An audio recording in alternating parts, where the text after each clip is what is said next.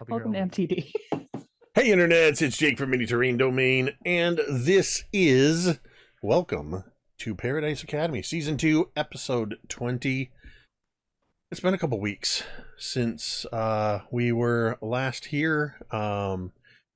Unfortunately, had to cancel a couple of game streams. I've been dealing with some back pain issues, but they're getting better, so I got that going for me. But we're glad to be back in our previous time that we were on, our previous session. We celebrated the fact that it was our 50th regular Kids on Bikes game session. What? So that was pretty cool. Which makes this 51, or episode 20. Not nearly as celebration worthy, but still pretty cool. In just a few moments, we'll get to a bit of a recap and we'll roll into this new session. This is episode 20, Back to the Future, part 2.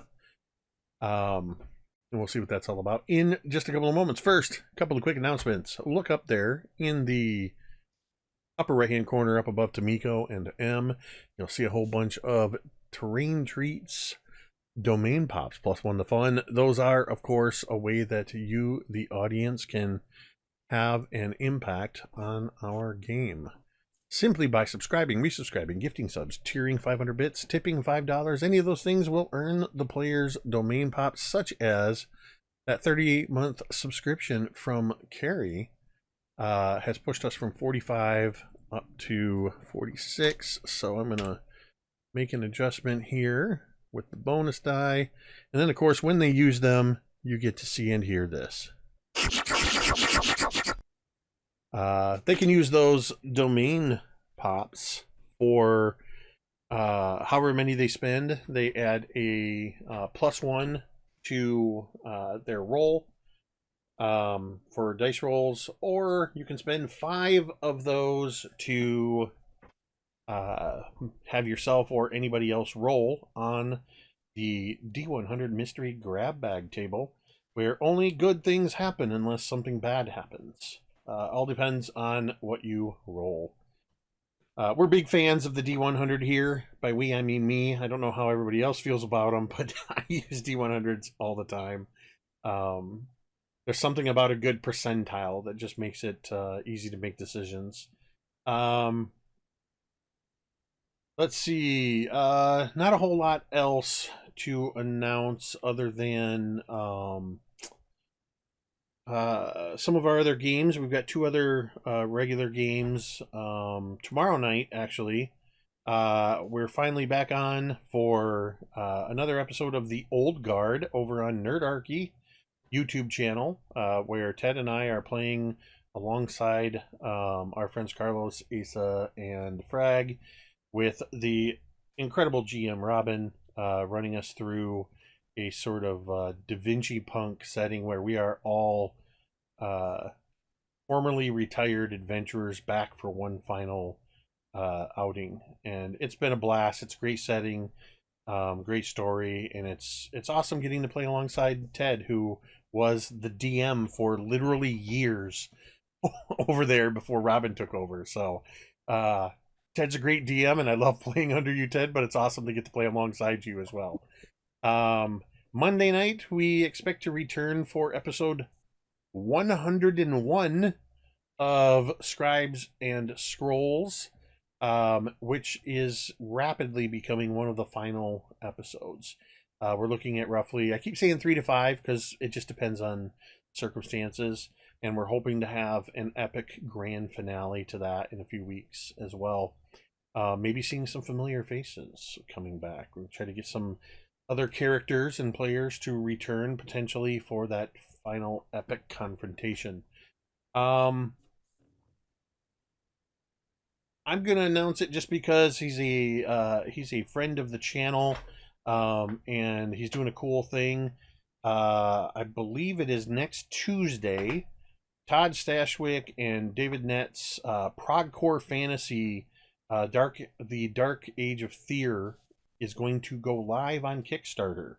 That is the setting that was used in both of the previous Legends of Eleonora celebrity charity events that we ran here on MTD. They are kickstarting the setting. It's got music, incredible art by D&D and fantasy renowned artist Bob Eggleton, Julia Madalena, and others. They check them out on Kickstarter. It's Dark Age of Fear, progcore fantasy.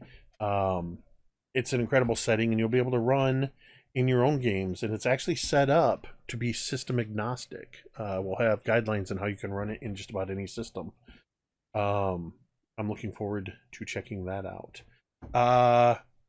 We have a couple of content warnings. First off, our Jeremy, it's exclamation point audience.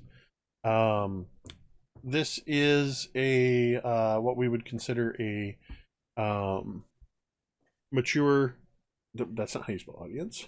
It's Jacob. We are adults portraying fictitious characters in fantastic settings. You may hear graphic depictions of violence, intense dramatic roleplay, or sensitive topics, including but not limited to divorce, bullying, alcohol and substance abuse and use, and more. If this is something that doesn't appeal to you, we encourage you to take care of yourself and leave the stream. But you should know that we all have safety tools in place. We have put some safety tools in this game. We have had more than one session 0 actually. And in those session 0s, we discuss specific lines and veils. We sort of agree on a set of lines and veils that we'll all adhere to. But in addition to that, we put a safety tool called the traffic light system into place that allows everybody to feel safe at the table and know that they have a way that they can, well, throw up a safety light signal if things are getting too intense or we need to move on from a scene or something like that. We encourage you all to use safety tools and session 0s at your own table. Check out the TTRPG Safety Toolkit at bit.ly/TTRPG Safety Toolkit, all one word. And there you'll find the traffic light system that we use, the RPG consent checklist, and other great tools. Finally, as before every session, we like to remind you that you matter. Mental health is incredibly important to us here at MTD, and we want to make sure that you have the tools that you need to thrive. You might be struggling for some reason. You might need somebody to talk to or know somebody who is struggling. Whatever the case may be, you can come into our chat, type exclamation point help, as Jeremy has just done, and you'll see a couple of URLs there. They're also up here at the bottom of the stream. They are findahelpline.com, or you can check out the growing list of resources at takethis.org. We encourage you to check out those links, bookmark them, save them for yourself, save them for a friend, and remember, you matter. With that, I would like to welcome you all to Paradise, Michigan. If my music is actually working. There we go. I think it's working. We can hear it. You can hear it? I can hear it. It's very quiet.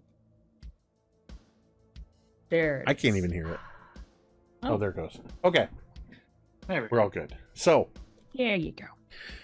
in our most recent session, I'm going to focus on the last few moments, which were arguably the most intense and most important.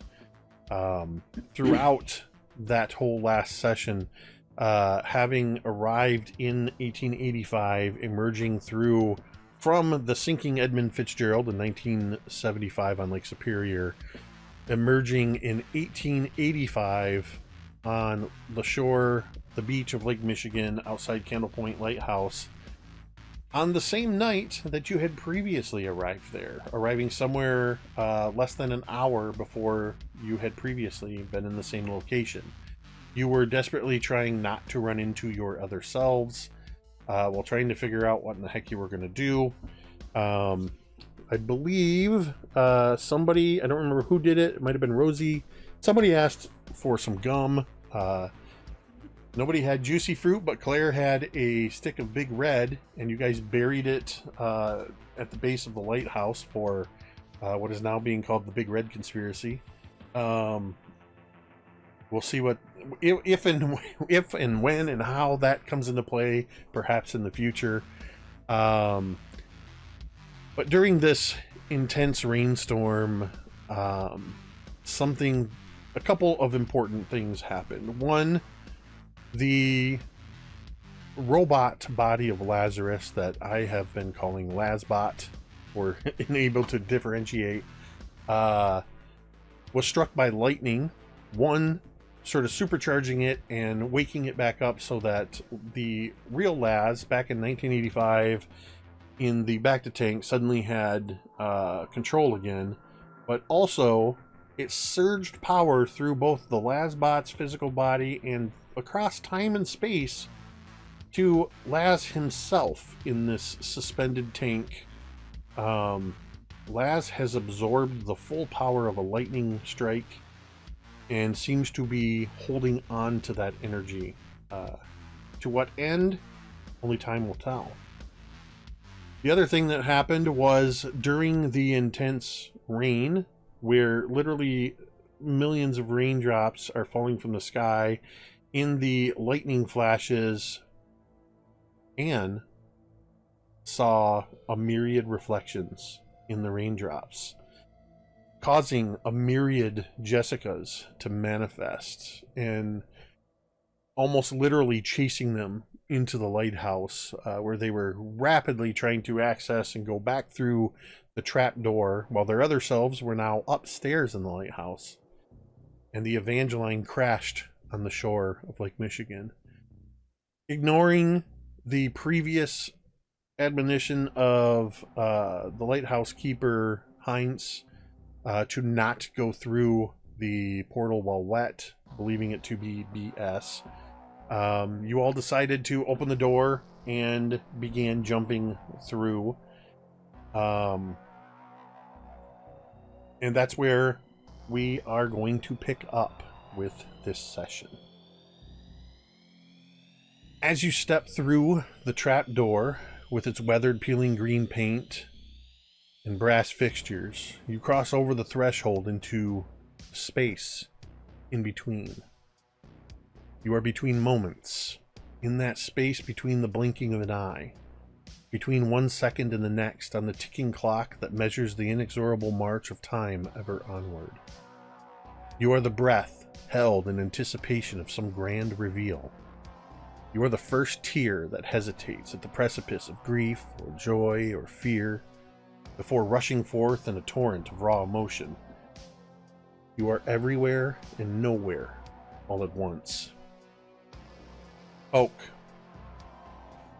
as you pass through this trapdoor, this portal, a shimmer of energy dances around you, casting brief, colorful glows that highlight your face. This in-between space is an ethereal swirl of light and mist, its edges crackling with the whispers of centuries long past and yet to come. Your presence seems to bend reality. You are a living paradox, both a child and an ancient traveler. Your eyes, though youthful, hold depths of knowledge and experience far, far beyond your years, reflecting the countless eras you have or will glimpse. In that fleeting moment, between moments within this space, time seems to acknowledge you as its anomaly, a rare and mysterious being, the catalyst. The world around you blurs and shifts, yet you remain steady, an anchor in the chaotic sea of time. Oak, roll a brains check, please.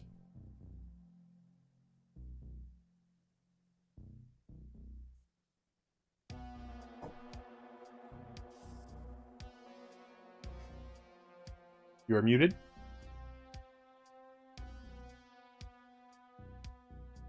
Totally forgot that. Okay, so that's an 11 on the die plus 1. So that'll be 12 overall. Floating in this space between spaces,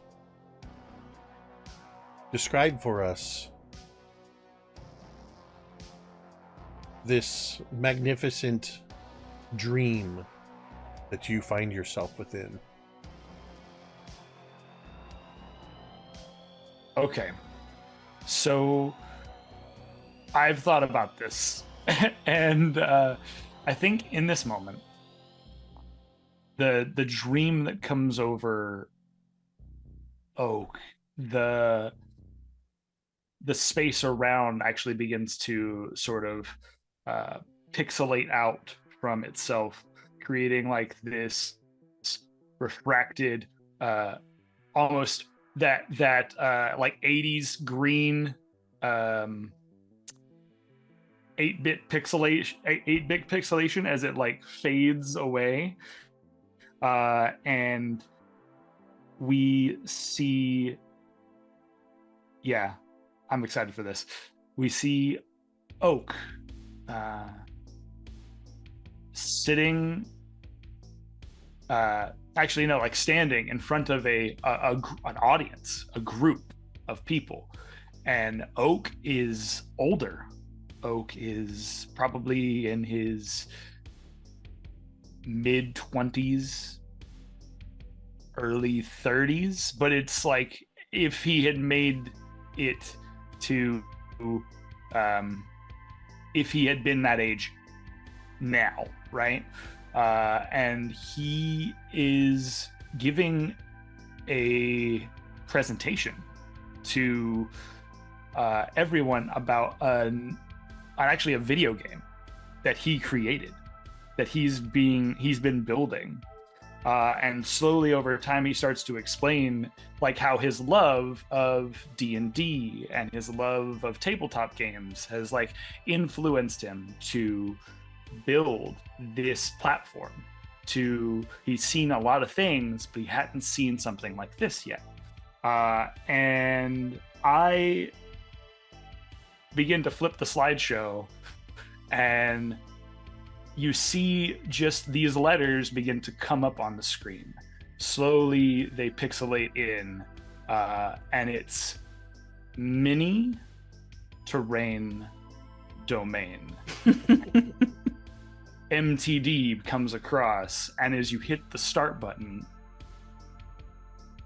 it opens up into a like almost Oregon Trail like pixelation of a text-based RPG that he has now created, where all of the stories that he's talked about doing, all of the things that he has hoped for, the childhood innocence that the 12-year-old has wanted, he's finally getting a chance to like show that off and live in that space. And I think that in and of itself is a beautiful dream to him, but then it gets even more complex. The projector behind him begins to slowly fade down, and immediately the floor of the stage, everything begins to pixelate out, and he realizes that he is pixelating himself into this space, and he realizes that he is time, space, everything, and he has full control of a universe that he created. And in that moment, I think that is his greatest dream, is to have control over a universe that he would not have in real life, because real life is tough, real life is hard, and real life doesn't allow him to do the things he wants to do. But here, he could be whoever he wants to be and do whatever he wants to do. So yeah, I think that's what he feels. And in that moment, he feels this rush of euphoria, where he would have felt like depression and anger and anxiety from all the things that happened previously. There's this moment where he is looking into like the catalyst and seeing all of this. He realizes that he is at a moment of peace where he should be at a moment of terror. And in this moment of euphoria and this self-actualization, this true understanding of yourself and your place within the universe, within the whole of time, you realize that this is it. This is the moment. And in this moment of realization, you realize you have control over this moment. The moment of which I am speaking is this is the time. This is where in the timeline Oak becomes separated from his friends and never returns, to be lost in time, stranded in the 1950s to grow up and become Dr. K. But in this moment, Oak and you, Chad, have the free will to decide if Oak is going to follow the predetermined path or create a new branch in the timeline, go against what was said to be fate. You do not have to make this. In fact, I don't want you to make this decision now. Oh my god. I don't want you to make this decision until I ask you, either at the end of this session or the beginning of next session. But in this moment, you have a decision. You basically have until the end of this session, more or less, to figure out what you want to do. So I guess it's a good thing you went through the door first. I love this and I hate this because I get the joy, but now I have absolutely blood curdling anxiety from the rest of this. So thank you. This is what You're welcome. Next to the door was Anne. Anne, as you step through the trap door, the air around you seems to hum with nervous anticipation. This unspace is a swirling vortex of light and shadow, an ever-changing tapestry of colors and shapes. It feels both ancient and futuristic, a doorway to worlds beyond imagination. Its energy envelops you, momentarily illuminating your strength in a radiant halo. All around you floats a sea of sparkling diamonds, each reflecting the space around you, yet somehow holding back a portion of the reflection, as if jealous. They are not diamonds, you realize, but the shattered fragments of a once familiar mirror, scattered like fallen stars. In each fragment, you see a reflection of yourself, your mirror twin, Jessica, a perfect but distorted copy. Jessica's eyes blaze with envy and anger. Every fragment of the jealous mirror holds a piece of this reflection, creating a mosaic of malice and longing. You sense the loss of a bond severed by the mirror's malevolent power. Your reflection, Jessica, seems to move independently within the shards, each motion a twisted mimicry of your own. I need you to roll a brains check, please.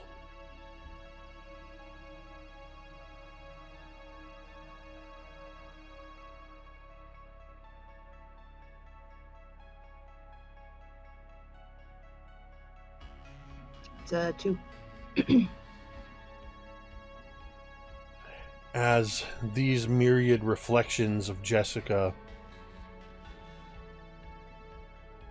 seem to be angrily, almost mocking you, you're able to recede from this vision into a more pleasant place. What is the dream in which Anne finds herself in this place of transition?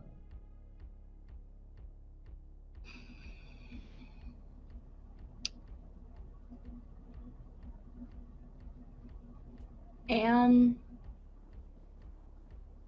is sitting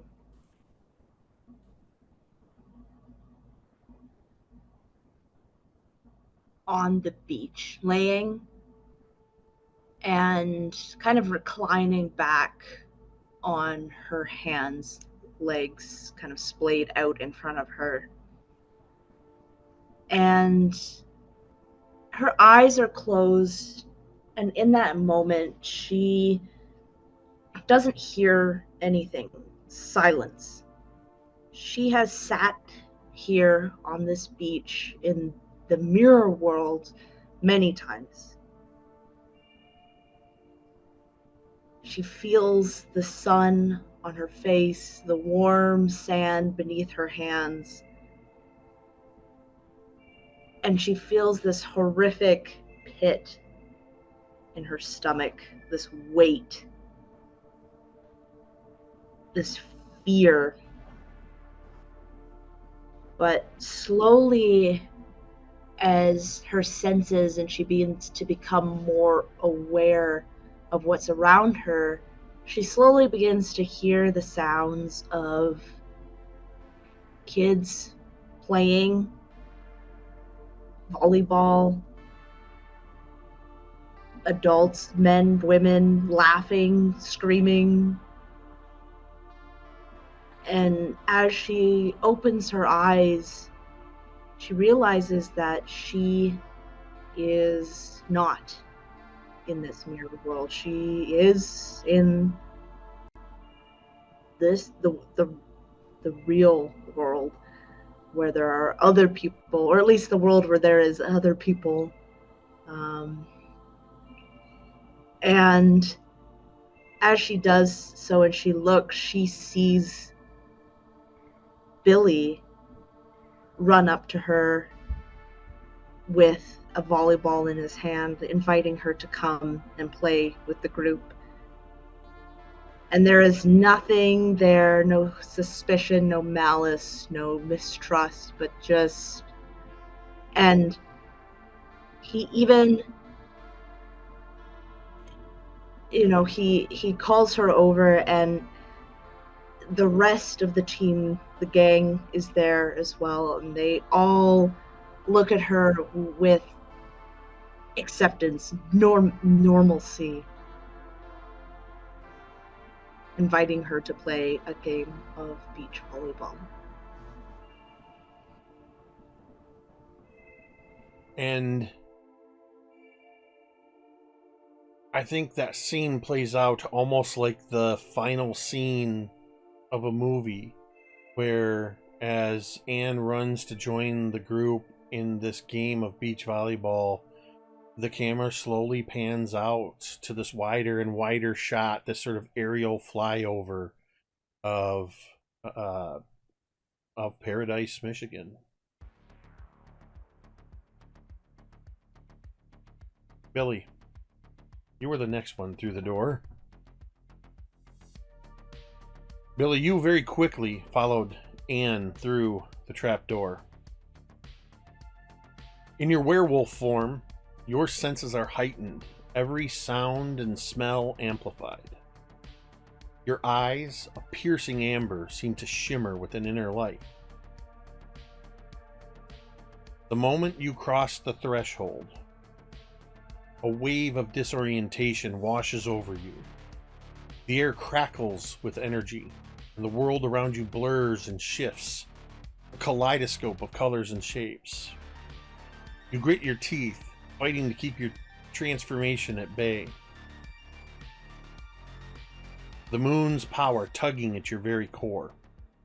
You are no longer in your wolf form.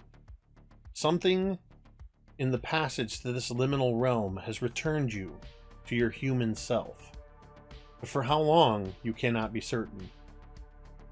The moon, though not visible, exerts its pull on you, a constant gnawing presence in the back of your mind. You feel the beast within clawing to be free, your muscles twitching involuntarily as you struggle to maintain control. You find yourself in a strange ethereal landscape. The shattered pieces of the jealous mirror lie scattered before you, each fragment reflecting distorted images of your wolfish form. You catch glimpses of Anne ahead of you, her presence a beacon of calm amidst the chaos. But the moon's influence is strong here, its power amplified by the seemingly magical surroundings. Your vision blurs as the change begins, your bones aching and shifting. You drop to one knee, growling in pain and frustration. The beast within you howls, demanding release, but you force it back with sheer willpower. You can't lose control now, not when Anne needs you. With a deep guttural snarl, you push yourself to your feet, your body trembling from the effort. The reflection in the mirror shards show your struggle, each fragment capturing a different stage of your transformation. You see the amber eyes of the wolf staring back at you, full of raw power and untamed fury. I need you to make a brains check, please.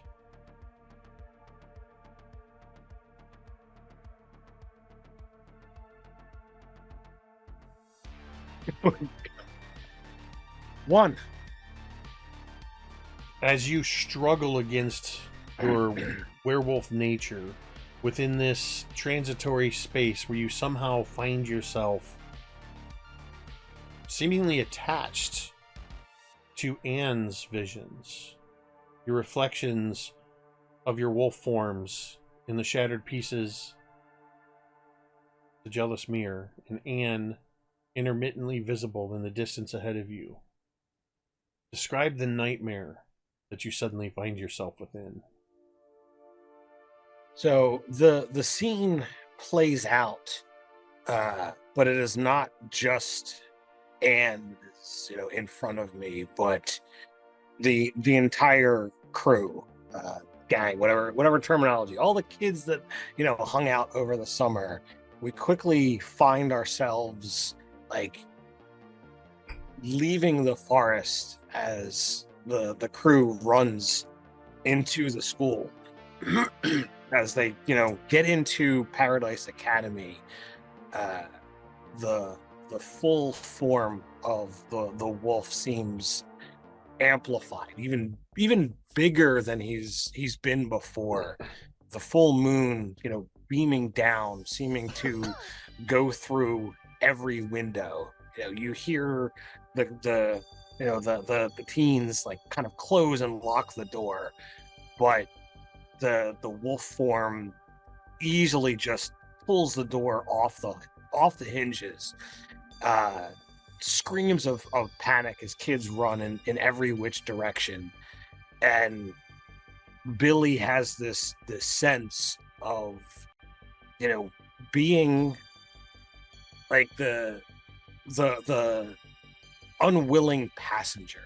He feels the body move. He sees the claws and teeth that sink into the friends and acquaintances as he goes one by one, room by room, just on this absolute murder rampage, leaving trails of bodies and parts of bodies behind.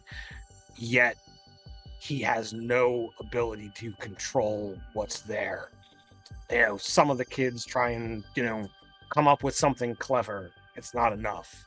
The powers that my friends have, they do everything they can, and it's just not enough to stop whatever Billy has become. And finally you get to the last room, and he winds up getting into a fight with Anne, and it goes very, very poorly, and he winds up killing her. The whole time this nightmare is playing out with your wolf self in control. And I think in that moment, that final moment where your wolf form triumphs over Anne and the life leaks out from Anne's numerous wounds, The camera zooms into that piercing amber eye of the wolf, and we see in this midst of darkness with a single amber spotlight shining down, Billy in chains, unable to break free from his wolf form. Coop, you went through next. Coop, as you jump through the trap door, you feel a moment of vertigo as you pass into the in-between, into the swirling colors of time and space. Your small frame seems dwarfed by the sheer magnitude of the vortex. But your eyes, sharp and determined, betray a bravery beyond your years. A strange sensation envelops you. This place's energy buzzes around you, making the hair on your arms stand on end. Colors and shapes blur and you feel weightless, suspended in a kaleidoscope of light. You blink, trying to adjust to the new surroundings. You look around, hoping to see your friends, Anne, Billy, or even Oak. But this space is eerily empty. An uneasy silence hangs in the air, broken only by the distant sound of voices. Your heart skips a beat as you recognize them. Coop! Oh, over here! Over here! It's Templeton. The voice is faint, but unmistakable. You spin around, searching for the source, but Templeton is nowhere in sight. Don't worry, buddy. We're here. Comes another voice, deeper and more rumbling. It's James, the miniature giant alligator. The voices bring you a small measure of comfort. Yet you still can't see James, and the absence of your friend's physical presence gnaws at you. Then, a chilling voice cuts through the air, dripping with malice. Lost again, Coop. You'll never find your way out. You'll never find your friends. Persephone, taunting you. Her voice is a cruel whisper that seems to echo from all directions, making it impossible to pinpoint. I need you to roll a brains check, please, Coop. Also, momentary retcon. Claire actually jumped through the trapdoor before Coop did. Coop had ran to fling open the door to the lighthouse, looking for Jessica, found nothing, and in that moment, Claire made her own leap. Oh, well, Claire can have mine, because it sounds like mine sucks. Oh, no. Right now. I would like to trade.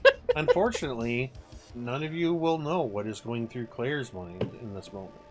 Fantastic. So, in second edition, my brains became a D4, which is appropriate, but I pulled a 3. With Persephone's voice echoing in your mind, taunting you that you'll never find out, you'll never find your friends. Describe the nightmare Coop finds himself in. Does it need to be related to what just happened, No. or Nope. is it just this? It does so not. like, it just fades out and then segues into the nightmare. Correct. Okay.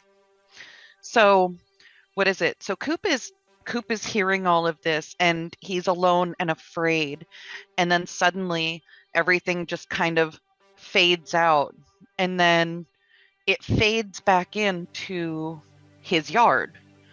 He's in his backyard, and what is it? And he's hanging out with James and Templeton, and what is it? And then while they're sitting there like chatting and eating cookies, what is it? A large shadow passes over them, landing on the lawn is a enormous version of Penelope the plant lizard. Yes, I named it. I was just gonna say, we got the name. Good. But it's Penelope the plant lizard, and she says, "Come, get on my back, let us fly."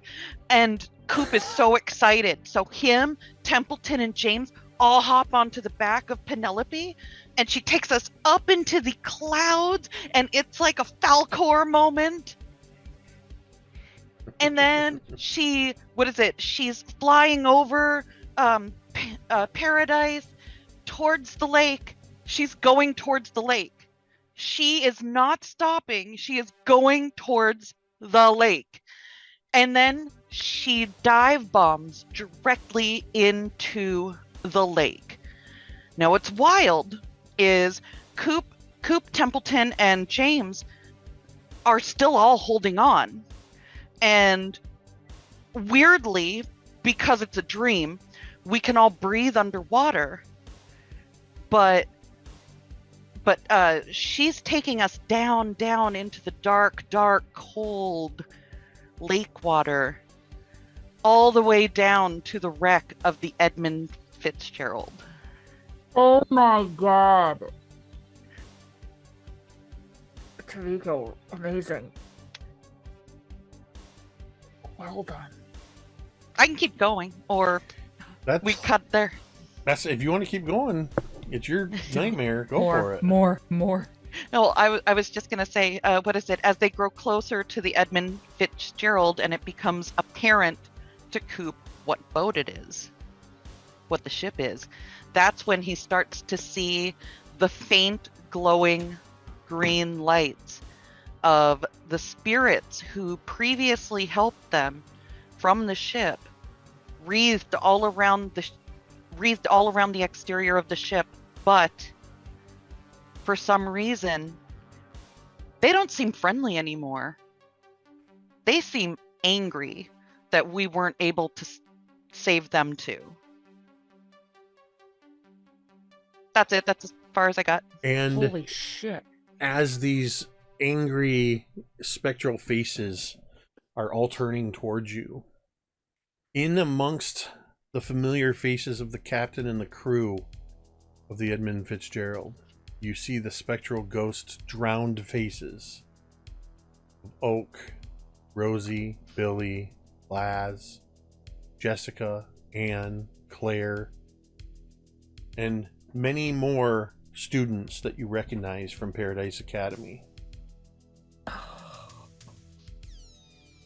Rosie, you went through next. Yep, sure did. Rosie, you step through the trapdoor and into the swirling time portal. Your heart pounding with a mixture of determination and uncertainty. As an athlete, your body is honed for endurance and strength, your muscles taut and ready for action. A sudden flash of silver and blue and the memory of Dallas Rogers' truck slams into you. The memory of that impact flashes through your mind, followed by the realization that you are unbreakable. The disbelief giving way to an unsettling acceptance of your new reality. You shake your head, pushing those thoughts aside as you move further through the portal. The air hums with energy, colors and shapes swirling around you in a dizzying dance. You feel the familiar surge of adrenaline, but it's mingled with a gnawing uncertainty. Unbidden, questions surge forward from your subconscious. Questions about your mother that have been haunting you. Is she Sherry Gunnarsson, the stern principal of Paradise Academy in this iteration? Or is it Ashley Raven, the enigmatic Nexus project director whose motives you can't quite decipher?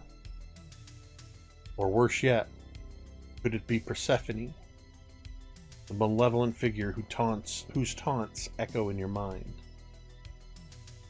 As you float through this strange, ethereal landscape, you take a deep breath, your athletic training kicking in as you try to focus, scanning the environment for any signs of your friends. Voices drift through the air, but they're distant and indistinct. You catch fragments of conversations, snippets of names and places that tug at your memory. You strain to listen, hoping to hear something, anything that will guide you. Rosie, keep moving, you hear a voice say, faint but encouraging. It sounds like Ashley Raven, but what does she want with you? Find the truth, Rosie, another voice urges. This one's softer, more intimate. It sounds like Sherry, but it's layered with uncertainty. Then, the chilling voice of Persephone cuts through the others. A cruel whisper in your ear that makes your skin crawl. You'll never know who you really are. Roll me a brains check, please. I got a 4. Oh, sorry, I hit a wrong button. That was a tasty okay. 4. As the whispered voice of Persephone cuts through to your core, it suddenly grows faint. Tell us what dream Rosie finds solace in. So, I imagine Rosie is where she is most comfortable in the world, which is on a baseball diamond. And she's pitching. And the game is a big game. It's some kind of nebulous championship, like, because it's a dream. You know it's important, but the details elude her. There are 2 outs. It's the bottom of the 9th. The count is full. Up to bat is, again, kind of a nebulous player for the other team. And a good hitter. And Rosie the pressure is heavy, but she thrives in this situation. And in this moment, she calls a timeout, and she calls her catcher out to her. And as he's coming out, she kind of looks at the scoreboard, and for just a second, where it says Paradise High School, it looks like the scoreboard kind of malfunctions for just a second, and it glimmers.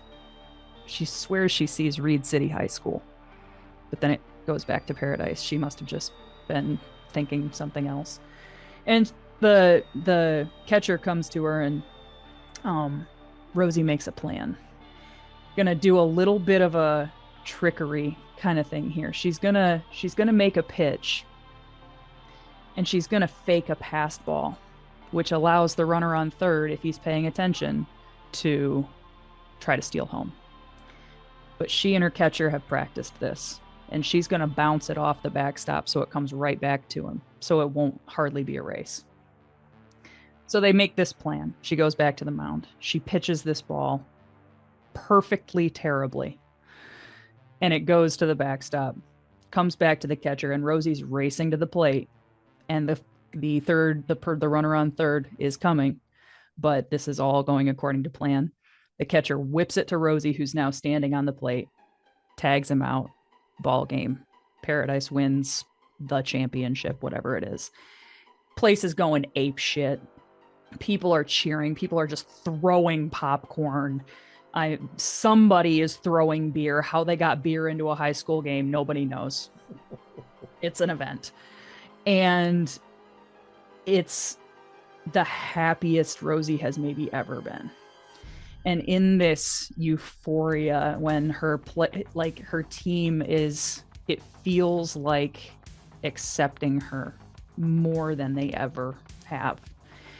And she looks up into the stands, and all of her friends are there. And the littles are just high-fiving, and Billy and Jess are there together, and they kiss, and Laz is there. He's standing right up against the fence, just freaking out. Her mom and her dad are there, and she is never been more sure that is her mother. And they are cheering and kissing and throwing things, and Cal is there, and it's the most accepted Rosie has ever felt in her life. And that's it. And I imagine there's this moment in the where the team has all rushed from the dugout and they're lifting Rosie up on their shoulders. We see the school photographer, the flash goes off, and we cut to the trophy case in Paradise Academy. And in the center, next to the trophy, is this photograph framed with the description written out, describing the events of that day. Mysteriously, though, if you look very close at that photograph, in the background you see your parents. Your mom's face is blurry. Laz, you were the last one to pass through the trapdoor and into the time portal beyond. As you do so, you suddenly find your mind a whirl of conflicting emotions. In your previous existence, you couldn't wait to leave behind your parents, filled with resentment and frustration. In the first iteration, you arrived in paradise with no intention of returning home at the end of the summer, if you even stayed for the entire summer. But now everything has changed. Your parents are successful, loving and caring, and you find yourself grappling with new, unexpected feelings of love toward Rosie. On top of it all, you've discovered that you have this new power to absorb energy and possibly release it at will. It's a lot to process. You sense the energy that surrounds you and envelops you, a buzzing hum that sets your nerves on edge. This space's colors and shapes blur around you, a dizzying display that leaves you momentarily disoriented. You find yourself in a strange, dreamlike landscape. The ground feels both solid and ephemeral beneath your feet, and the air is thick with an otherworldly presence. You take a deep breath, steadying yourself.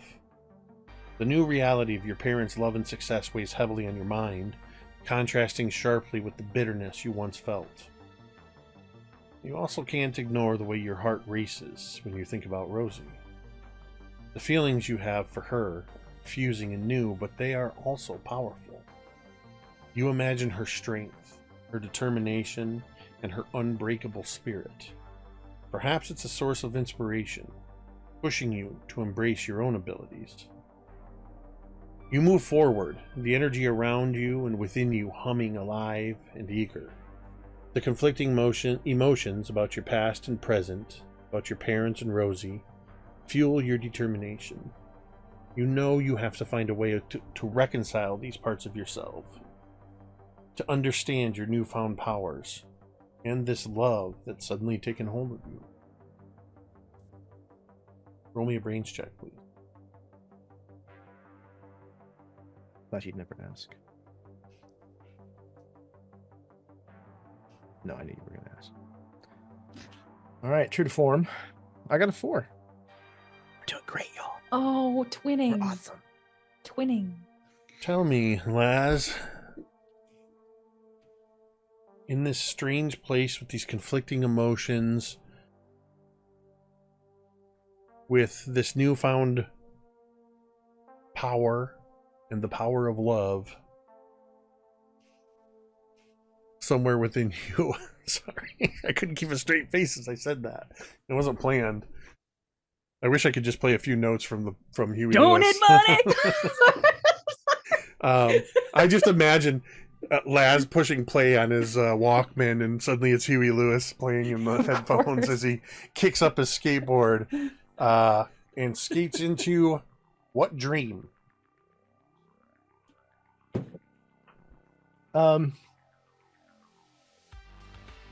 So I think he only skateboards for a short distance down the hill. He's kind of once again bombing the stoned hill, road that comes down towards town. And he's kind of just lost in all of this headspace, this kind of swirling vortex of things that are kind of pulling him in a million different directions at once. And he zones out, and before he knows it, he rolls right onto a wooden surface. And he kind of stops and realizes that there's like a black painted wooden floor all around him. And he gets off of his skateboard and he looks ahead and he realizes there's bright lights kind of through this dark area that he's found himself. And as he gets closer, he starts to feel like this velvet, heavy cloth against his arms. And he looks around and realizes that he is standing next to a black curtain, like a stage curtain. And he's looking out and he can hear a crowd like chanting his name over and over again. And he's watching as roadies on stage are taking down the previous like opening band's setup and like putting everything back where it needs to go and switching out instruments so that Paradise Sucks can go on. And he's standing there kind of taking this all in, realizing that it's almost time. It's just about time that he's going to have to step out there. And he looks down. He has a guitar strapped across his chest. He's ready. He's not wearing what he was wearing before, but he's nervous. He's scared. And just about the time that he kind of feels that way, there's a little bit of a squeeze on his forearm, and then a hand slips into his, and he turns and he looks and he sees Rosie is standing there. And she just smiles at him.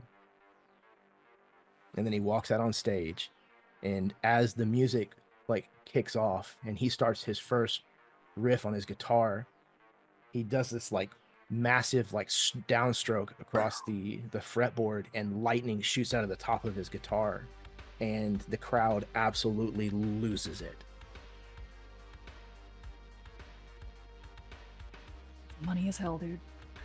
In the strobing flashes from the electricity arcing from the guitar, we see in the front row the drummer of Lazarus, your mother, cheering louder than anybody. But in the strobing of that lightning blast, there's at least one frame where your mother appears in a bathrobe and slippers, a dirty shirt, disheveled hair, with an angry, drunken look on her face. All of you, you don't remember exactly how long these dreams and nightmares persist. You've ironically lost any perception of the passage of time. You begin to feel that heavy feeling of coming out of anesthesia, coming out of a very deep sleep. Your body feels like gravity is pulling at 2 to 3 times its normal weight.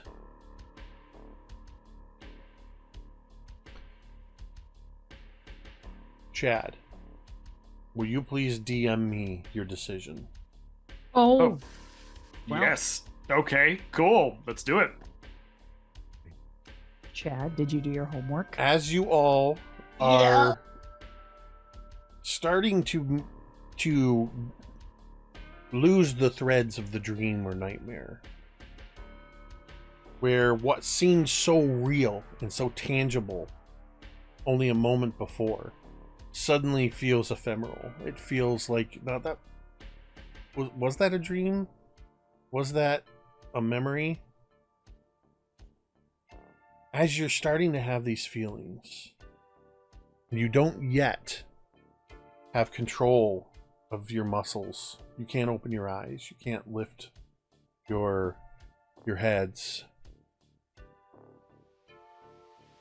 You hear movement around you. Footsteps.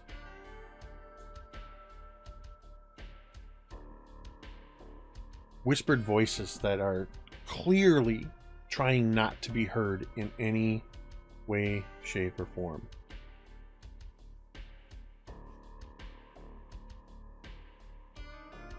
But one or two voices you hear. No. M goes over there. Jeremy's over there. Don't mix up Carrie and Ted. Oh. And then those voices fade. And the footsteps move away. Dad, I'm not seeing a DM from you. Are you writing me a novel? Okay, there you go. No, you're good. Okay, I got it.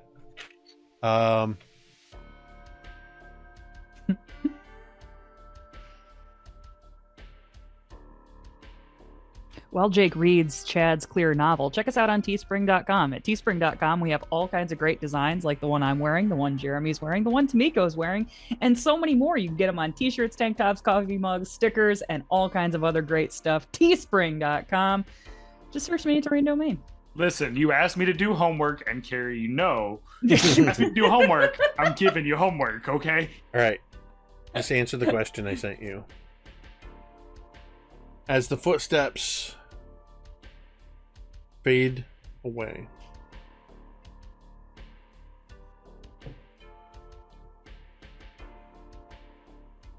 I would like... I'm going to roll randomly for this. Let's see.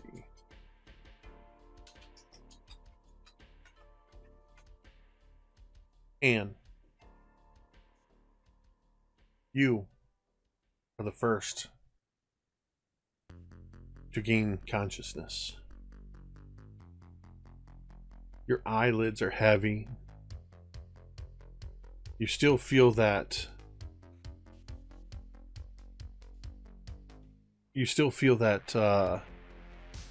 Extra pull of gravity sort of holding you down. You know how it is when you have just the best, hopefully you know how it is, when you've experienced the best night of sleep, however rare that may be, or a really good nap. You seem to be crossing the threshold into the real world when you awaken. Looking around, Anne, you find yourself lying on the cold cement floor. There are others near you. Somewhere off in your periphery, you can't quite focus in on it, is a green glow. Immediately in front of you is the unconscious body of Billy. What do you do, Anne?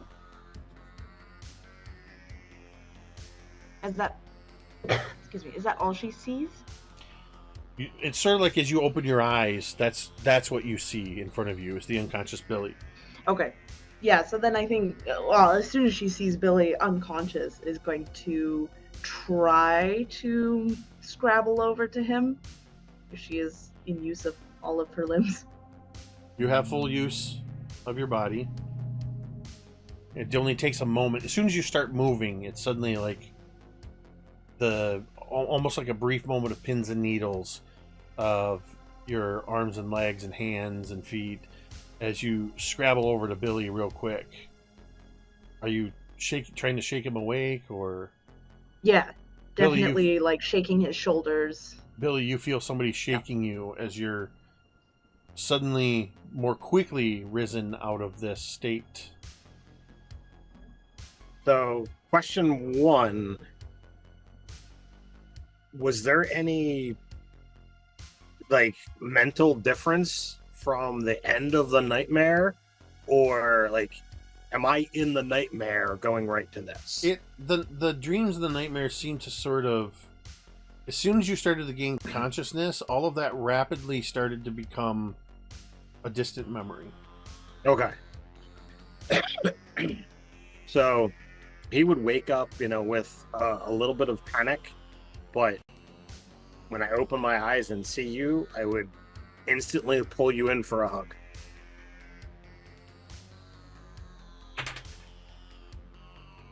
Yeah, immediately Anne would reciprocate that. Are you okay? I had a horrible nightmare, and whatever that was in between the lighthouse and where are we? As you Anne furrows her. go ahead. Just, Anne furrows her brows at Billy, and you had a bad dream? I was chasing all of you through the school.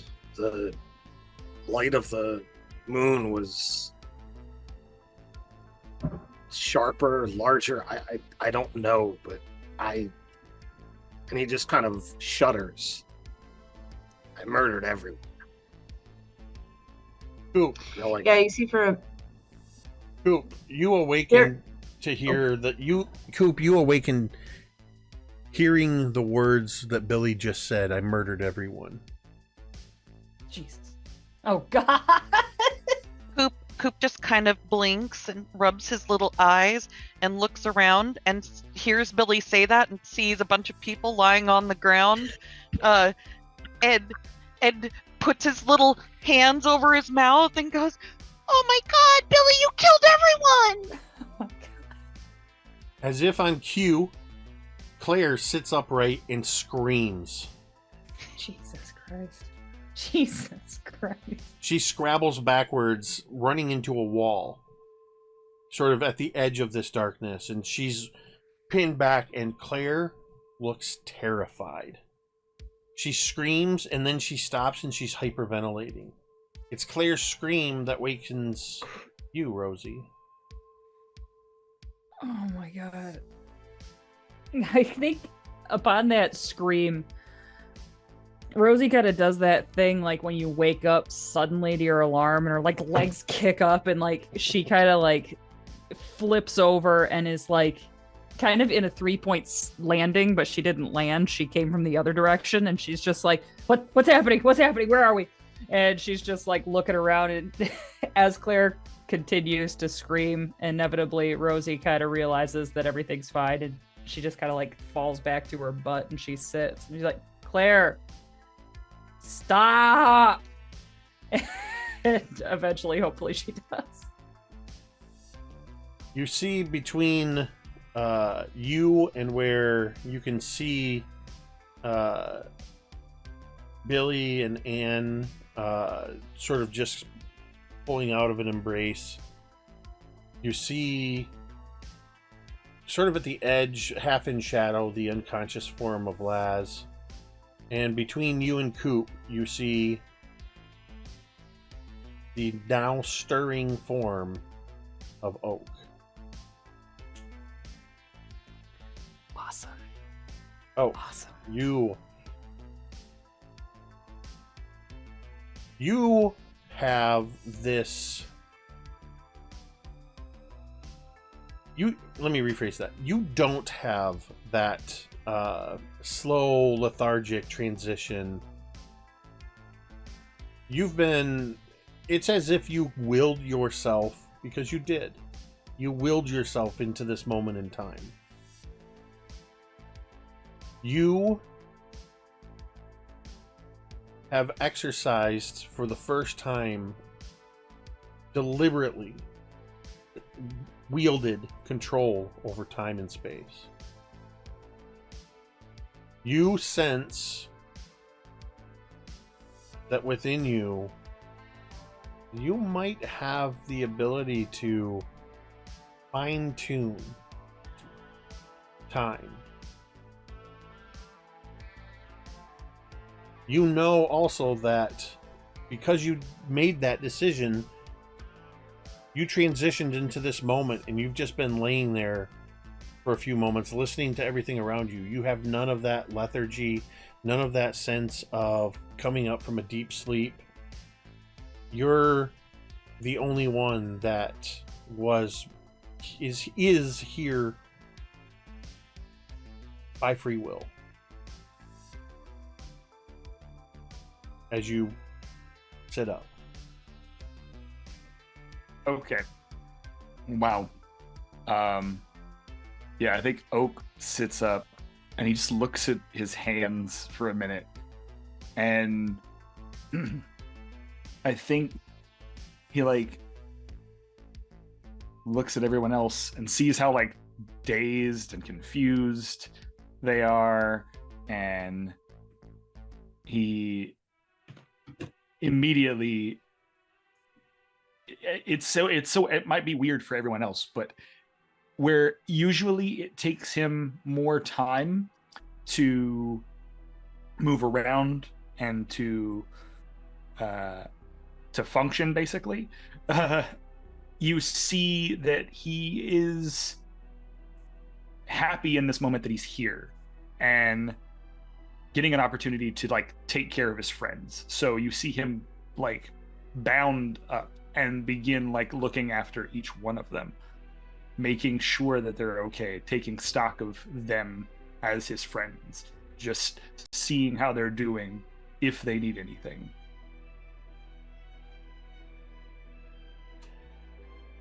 As all of you are starting to sit up and stir, of course, Oak, you're the only one that knows the true gravity of your presence in this moment. For everybody else, you have no sense of the decision or the importance of Oak's presence.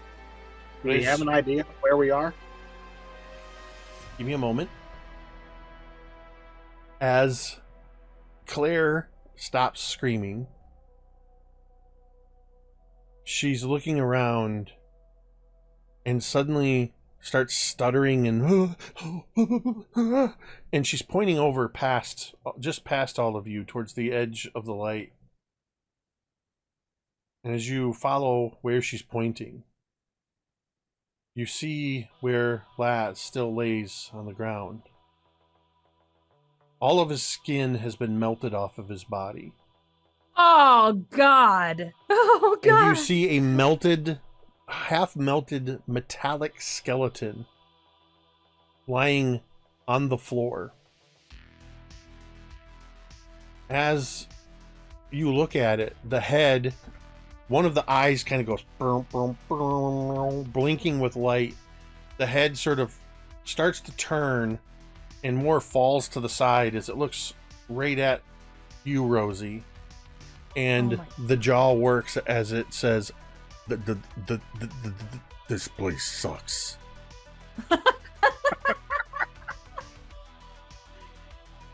Oh my God. And that's where we're going to take a quick break. Oh, shit. Y'all got through the transition phase a lot quicker than I thought. And so I want to, we'll probably go for maybe a half hour more. But I know some people need to use the restroom. I need to get up and stretch a moment. So, oh my God, dude.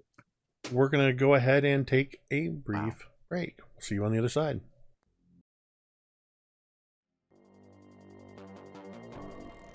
And we're back. With those final words from the completely melted and destroyed Lazbot, the head flops to the side, the jaw goes limp, and the light goes out of its eye. Quick question. Is that the only Laz in the room? Or is there a human Laz also? You look around, and now that you're sort of everybody's awake and you're sort of coming out of this grogginess, and getting your bearings, you realize you are in the corner. Now, actually, I say you realize. If memory serves, only Oak and Laz actually have been in this place before. You are all in the corner of the sub-basement. So for the rest of you who are here for the first time, as you look, you see the source of the green glow. You are in the somewhat darkened corner of a very large chamber filled with rows and rows and rows of 12-foot tall glass cylinders filled with glowing green liquid.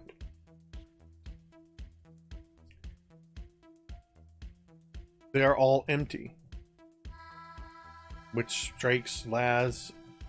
Well, would strike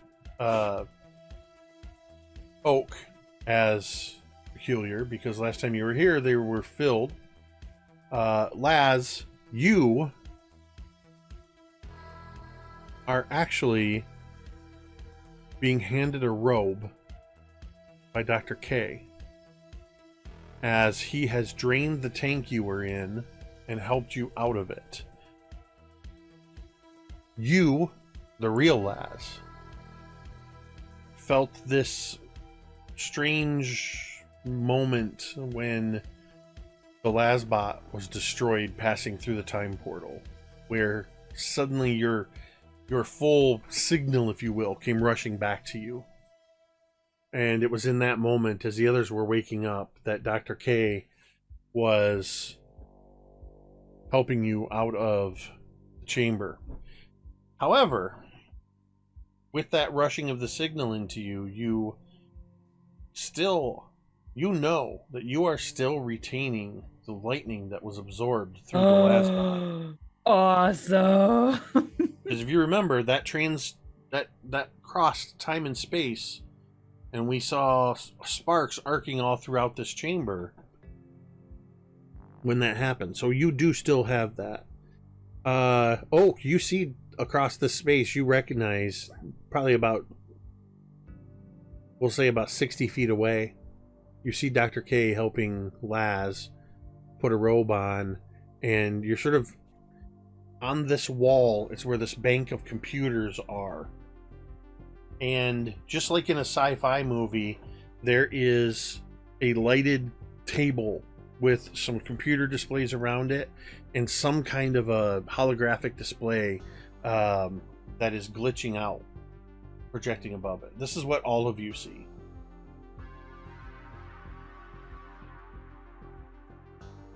So does Dr. K see us? There's no indication that he's seen you at the moment, but you see him. So I would look around and be like, where are we? Well, we're in the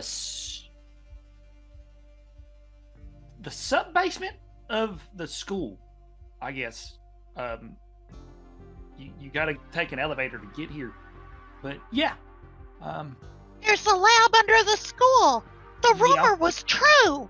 Yeah, and I'm pretty sure that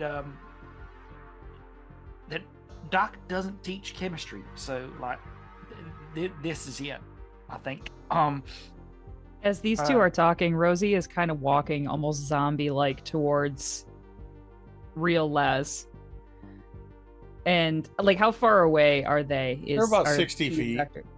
Okay. So I think her steps like get faster and faster and faster as she gets close to him. And then she kind of like stops short and she kind of like looks at Laz and she like kind of like glances down and she goes, "Are you like naked under there?" He's like stopped, like with his hand still like tying the belt that goes around the robe. I mean, yeah. Why?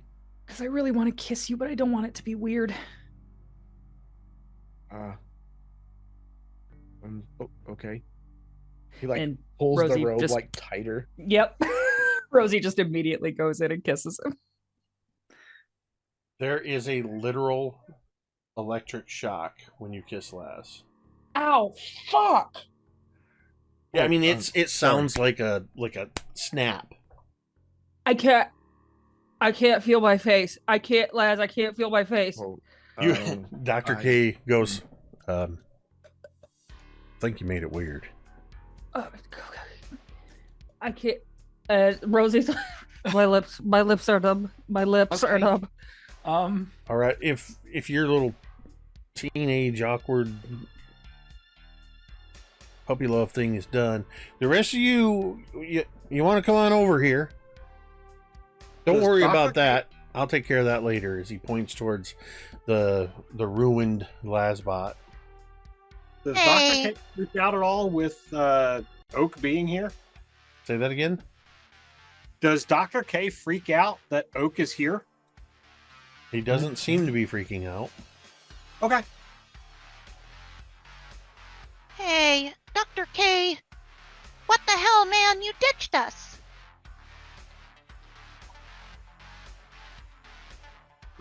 You're gonna have to be a little more specific. Things. You literally jumped out of the car right before we went through the portal. You ditched us. How about this? Oh, When are we? that was a necessity. I was not ditching you. That was self-preservation. There was, and he kind of looks over at you, Oak, and you see this. He looks at you, meeting your eyes for the first time, and you see this moment of confusion quickly covered up as he says, if the two of us were to go through a portal together, it could be cataclysmic. I didn't even want to test that, which is why I had to jump out of a moving vehicle.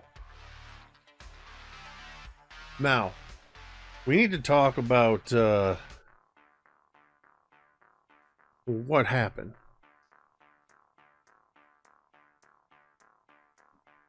Did you ask when are you?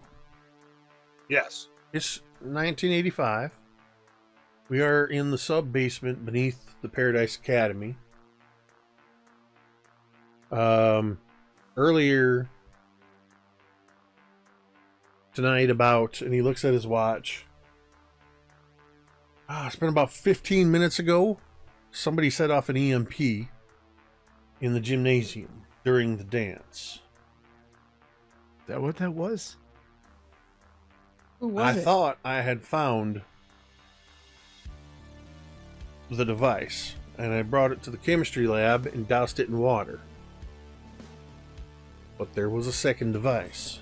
Somebody was trying to cause a major disruption. And I think what they did might have rippled through time and space. Do we know who did it? Not yet. I've had to tend to things down here, No. and there was a power surge a few moments ago that blew out a bunch of the tanks. And, I go ahead. vaguely recall that my friend, is it Bobby, right? Robbie Diamond. Bobby D. He was going on about something. I was too distracted by the moon and the dance and the game, and honestly, this guy has so many pranks. I honestly didn't think that it was going to be serious. Also, I think it's worth noting that, Billy, you are in human form. Good. Wanted to clarify that. Didn't come out wolf. Just Yeah. good stuff. Dr. K looks at you and says, "Well, Shaggy, you and the rest of the gang will have to track down that mystery." I want to show you guys something.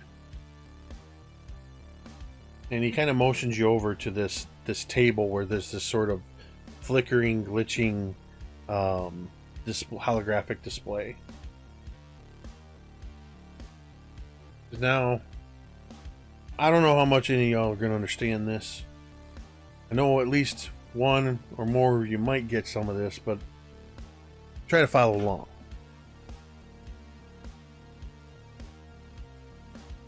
I've been tracking you since you went through that portal. I can, with these computers, I'm able to follow the timelines to a certain extent. It's kind of like tuning in with a ham radio, trying to tune in across overseas. You got to find the right frequencies and things get a little scrambled, but for the most part, I'm able to figure out where you're at and piece things together. And I want you to look at this. And he hits a few buttons, turns some dials, and you see the picture sort of comes together. And it's literally just a glowing green sphere with all of these bright yellowish points of light. And he kind of moves them around and he focuses in on a core group of lights. And you realize it's the 7 of you, counting Claire. And you see the things moving all around and sometimes separating and moving in different places. And he says right here, and you see where all of the points of light seem to momentarily merge seemingly into one and then suddenly push away. And he says, this is the moment you all went through the portal. Now, if the machine was telling me true, you all were up north at Lake Superior sometime in the 70s. Where and what, I couldn't quite pinpoint, but I was getting some strange readings that were showing at times it looked like you guys were below the lake level. It didn't make much sense. I lean to Laz and I just say, he's not a Gordon Lightfoot fan. And then at some point, there was a major distortion. And he zooms into one of the points of light. And you see some of the other points of light gathered around. And he zooms in close enough that this point of light now has a vaguely humanoid shape to it. And you see this sort of blob-like appendage that could be an arm suddenly holding up another point of light that is red. And after a moment, that red point of light slams downward. And as it does so, that sort of humanoid shape goes boom and splits into 3 pieces. And looking through the hologram, he looks at you, Anne, and he says, "This is you." Then, and he zooms back out and shows as all of your shapes kind of come together, and you see basically what's the retracing of your path through the ship to the proper door as you all pass through. And he said, then you all jumped back here to Paradise. And I think you were 100 years in the past, from what I can tell. I was able to, once I figured out exactly where you were, strengthen the signal because we have a known fixed point with the Candle Point Lighthouse. This is where it got weird.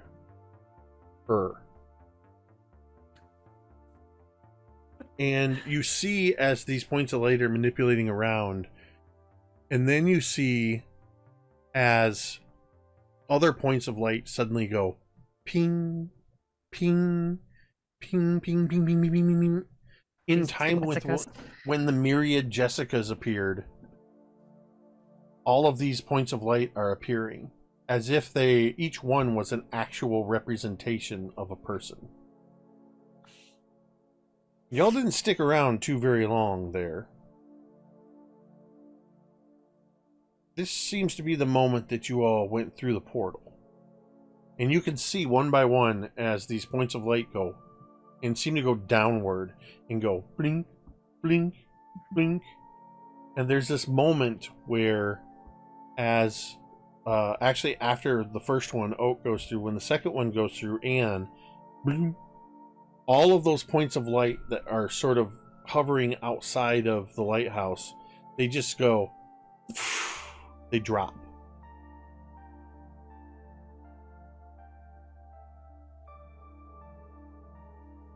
Then he shows, as the last of you pass through, he said, I lost you. I could not track you. Wherever it was you passed through the portal, you did not immediately show up here. But when you did, this is the moment. And you see individual forms now lying prone,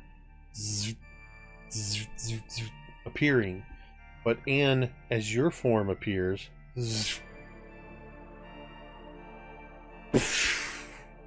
there's a burst of myriad points of light shooting outward.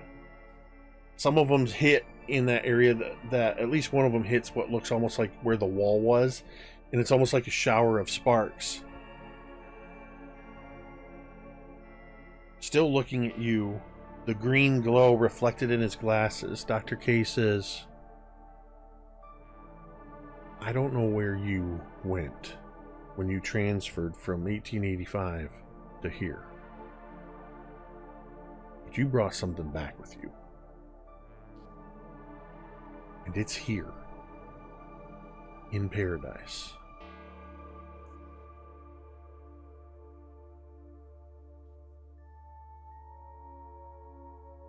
And I would like you to make me your choice. I want you to make a brains or a grit check.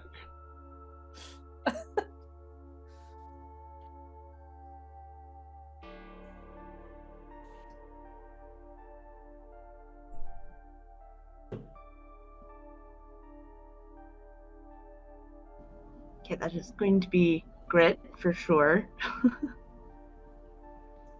This is not a pass-fail DC. This is a tiered check. So the higher your result, the better or more, the better you do. I'll say that. I rolled a 9. Okay.